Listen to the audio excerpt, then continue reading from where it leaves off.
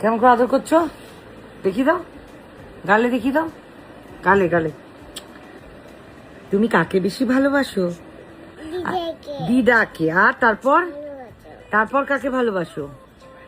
দিদিকে ভালোবাসি, বাবাকে বাবাকে ভালোবাসি। আর মাম্মাকে ভালোবাসি। আচ্ছা শোনো, তুমি আমার কে হও? কোলে না, আচ্ছা কোলে নিচ্ছি, তুমি আমার কে হও বলো, একটু বলে দাও, সবাই জানতে চাইছে। তুমি আমার কে হও? শাশুড়ি। শাশুড়ি? ও আমার শাশুড়ি। শ্বশুর হও না?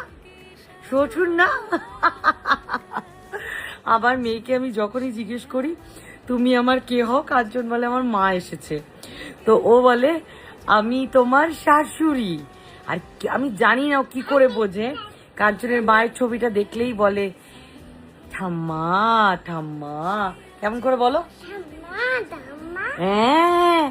আর শোনো না, আর গদাই কেমন গো? দাদুম। দারুন। তুমি গদাইকে কেমন করে আদর করেছো? এরম করে। আর গদাই কেমন কাঁদছিল ও ও ও করে।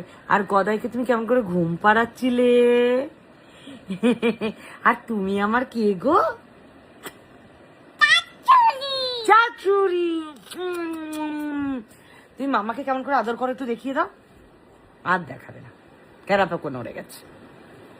আমার শাশুড়ি এসছে।